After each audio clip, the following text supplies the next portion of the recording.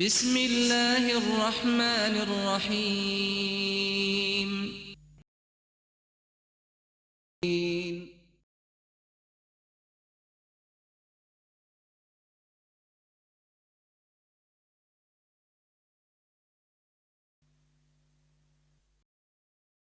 السلام علیکم ورحمۃ اللہ وبرکاتہ.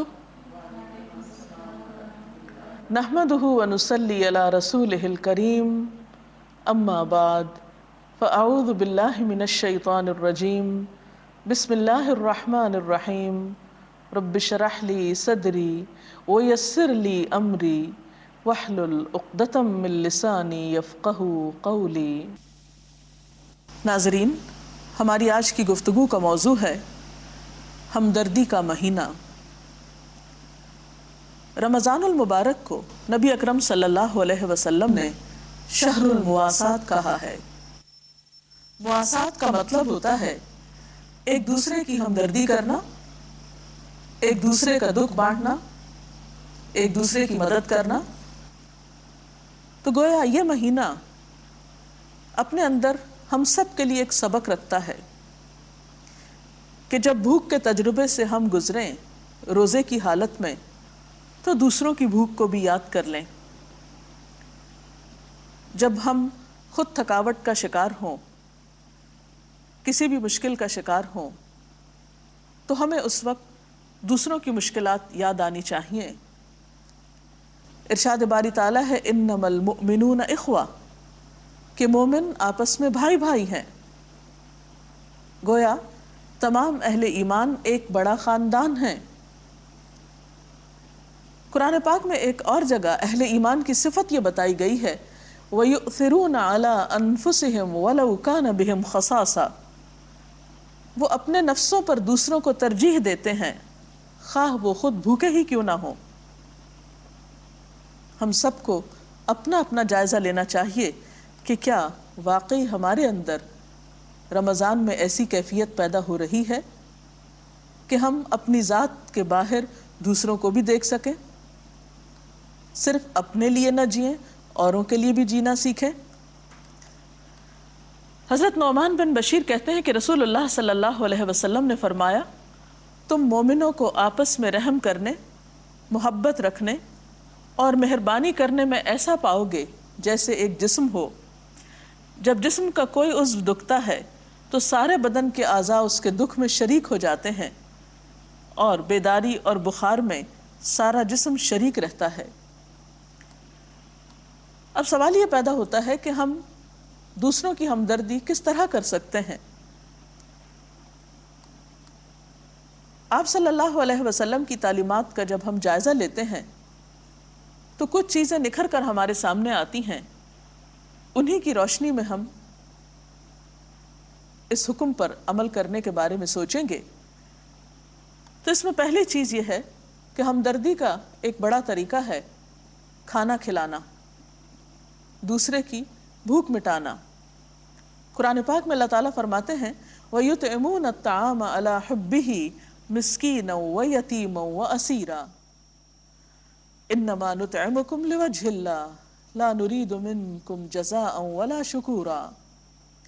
اور اللہ کی محبت میں مسکین، یتیم اور قیدی کو کھانا کھلاتے ہیں اور ان سے کہتے ہیں ہم تمہیں صرف اللہ کی خاطر کھلا رہے ہیں، ہم تم سے نہ کوئی بدلہ چاہتے ہیں اور نہ شکریہ کی توقع رکھتے ہیں.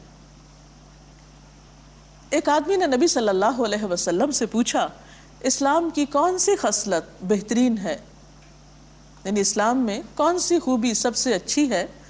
آپ نے فرمایا کھانا کھلانا اور ہر ایک کو سلام کرنا، خواہ اس کو تم جانتے ہو یا نہیں جانتے. حضرت عبداللہ بن عمر بیان کرتے ہیں کہ نبی صلی اللہ علیہ وسلم نے فرمایا کہ خدا رحمان کی بندگی کرو، لوگوں کو کھانا کھلاؤ اور سلام کو رواج دو تو تم سلامتی کے ساتھ جنت میں داخل ہو جاؤ گے. حضرت سعد بن عبادہ بیان کرتے ہیں میں نے عرض کیا اے اللہ کے رسول صلی اللہ علیہ وسلم کون سا صدقہ سب سے افضل ہے؟ تو آپ نے فرمایا پانی پلانا. تو اس سے اندازہ ہوتا ہے کہ اگر ہم واقعی دوسرے انسانوں کی ہمدردی کرنا چاہتے ہیں تو اس کے لیے ہمیں سب سے پہلے ان کی بنیادی ضروریات کے بارے میں سوچنا ہوگا۔ ہر شخص کو کھانے کی ضرورت ہے۔ ہمیں اپنے آس پاس دائیں بائیں اور قریب کے علاقوں میں سب سے پہلے دیکھنا چاہیے کہ ان میں کوئی ایسا شخص تو نہیں جس کو افطار میں کچھ میسر نہ آیا ہو، جس نے بغیر کچھ کھائے پیے روزہ رکھا ہو، کیونکہ بھوک کی تکلیف شدید تکلیفوں میں سے ہے۔ آپ صلی اللہ علیہ وسلم نے فرمایا کہ وہ شخص مومن نہیں جو خود تو پیٹ بھر کر کھانا کھائے اور اس کا پڑوسی اس کے پاس ہی بھوکا سو رہا ہو۔ یہ اسلام کے بالکل ابتدائی اور بنیادی اخلاق میں سے ہے۔ ہمدردی کا ایک اور طریقہ یہ ہے کہ انسان دوسرے کی ضروریات پر اپنا مال خرچ کرے، اور ان ضروریات میں پھر لباس ہو سکتا ہے، تعلیم ہو سکتی ہے، علاج ہو سکتا ہے۔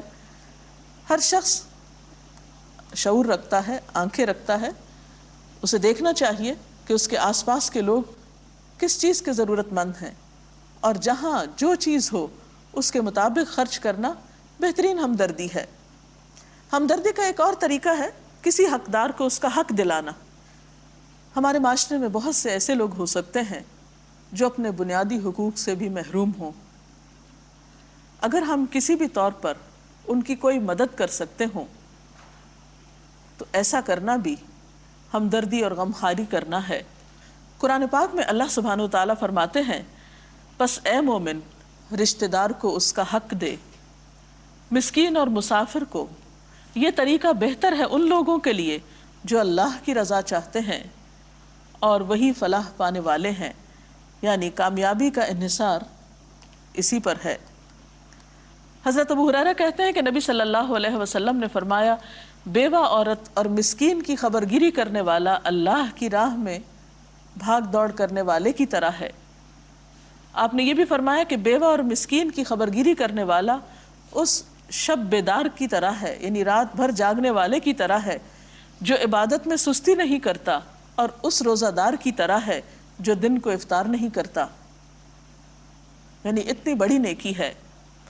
ایک اور حدیث میں حضرت ایاز فرماتے ہیں کہ آپ صلی اللہ علیہ وسلم نے فرمایا، 3 قسم کے آدمی جنتی ہیں۔ نمبر 1، وہ حاکم جو عدل و انصاف کرنے والا اور احسان کرنے والا ہو اور اس کو بھلائیوں اور نیکیوں کی توفیق دی گئی ہو۔ دوسرے، وہ شخص جو مہربان ہو اور رشتہ داروں اور مسلمانوں کے لیے رقیق القلب ہو، یعنی اس کا دل نرم ہو دوسرے انسانوں کے لیے۔ تیسرے، وہ شخص جو حرام چیزوں سے بچنے والا ہو، سوال سے پرہیز کرنے والا ہو اور اہل و عیال کے بارے میں اللہ پر بھروسہ کرنے والا ہو۔ اسلام نے یتیموں کے حقوق کے بارے میں بھی بہت تاکید کی ہے۔ ہمارے اپنے ہی خاندان میں، ہمارے رشتہ داروں میں، ہمارے قریبی جاننے والوں میں کہیں نہ کہیں ایسے لوگ ہو سکتے ہیں جو ایسی پریشانی کا شکار ہوں، یتیمی کا شکار ہوں۔ تو اس کے بارے میں ایک حدیث میں آتا ہے کہ جو شخص اللہ کی خوشنودی کے لیے کسی یتیم کے سر پہ ہاتھ پھیرے، یعنی آپ دے کچھ نہیں رہے، صرف ہمدردی کر رہے ہیں، پیار کر رہے ہیں، شفقت کا ہاتھ سر پہ پھیر رہے ہیں، تو یتیم کے سر کے ہر بال کے عوض جس پر اس کا ہاتھ پڑے نیکیاں لکھی جاتی ہیں۔ اور جو شخص یتیم بچی یا بچے کے ساتھ اس کی پرورش میں احسان کرے تو وہ اور میں جنت میں اس طرح ہوں گے جس طرح یہ 2 انگلیاں ملی ہوئی ہیں۔ آپ نے 2 انگلیوں کو ملا کر بتایا، یعنی ایسے بچے جن کا باپ فوت ہو چکا ہو، اگر کوئی شخص ان بچوں کے ساتھ احسان کا رویہ اختیار کرتا ہے، مثلا بعض اوقات کوئی شخص کسی بیوہ عورت سے شادی کرتا ہے، اس بیوہ عورت کے پچھلے شوہر سے بچے ہو سکتے ہیں، وہ باپ فوت ہو چکا ہوتا ہے، ایسے بچوں کو عموماً ہمارے معاشرے میں صحیح محبت یا کیئر نہیں ملتی، وہ ہمیشہ اپنے اوپر ایک بوجھ ہی سمجھے جاتے ہیں۔ ایسے بچوں کے ساتھ احسان کرنا، محبت کرنا، شفقت دینا، انہیں اپنے باپ کی کمی کا احساس نہ ہونے دینا، یہ ایک بہترین نیکی ہے۔ پھر اسی طرح ہمدردی اور غمخواری کے اس مہینے میں ہم لوگوں کی ایذا رسانی کو ان سے دور کر سکتے ہیں۔ ان کو دکھ دینے سے بچنا روزے کے تقاضوں میں سے ہے۔ آپ صلی اللہ علیہ وسلم نے فرمایا کہ المسلم من سلم المسلمون من لسانہ ویدہ، مسلمان تو وہ ہے جس کے ہاتھ اور زبان سے دوسرے مسلمان محفوظ رہیں، اور روزہ بھی اسی چیز کا تقاضا کرتا ہے۔ حضرت ابن عمر کہتے ہیں کہ نبی صلی اللہ علیہ وسلم نے فرمایا مسلمان مسلمان کا بھائی ہے، نہ وہ اس پہ زیادتی کرتا ہے، نہ اس کو بے یار و مددگار چھوڑتا ہے، نہیں مصیبت میں اسے دیکھ کے خود بھاگ نہیں جاتا، مدد کے لیے آگے بڑھتا ہے۔ اور فرمایا جو کوئی اپنے بھائی کی حاجت روائی کرے گا، یعنی اس کی مشکل میں کام آئے گا، اللہ تعالیٰ اس کی حاجت روائی کرے گا، اور جو کوئی ایک مسلمان کی مصیبت دور کرے، اللہ تعالیٰ اس کی آخرت کی مصیبتوں میں سے ایک مصیبت قیامت کے دن دور کر دے گا، اور جو شخص مسلمان کی پردہ پوشی کرے گا اللہ تعالیٰ اس کی پردہ پوشی فرمائے گا۔ تو اللہ تعالیٰ سے دعا ہے کہ وہ ہمیں ہمدردی اور غمخواری کرنے کے اس مہینے میں حقیقی معنوں میں ایسا دل دے، ایسا احساس دے اور ایسی کوشش کی توفیق دے کہ ہم اس کا حق ادا کر سکیں۔ ایک شخص کب تک یتیم ہوتا ہے، مطلب کس ایج تک؟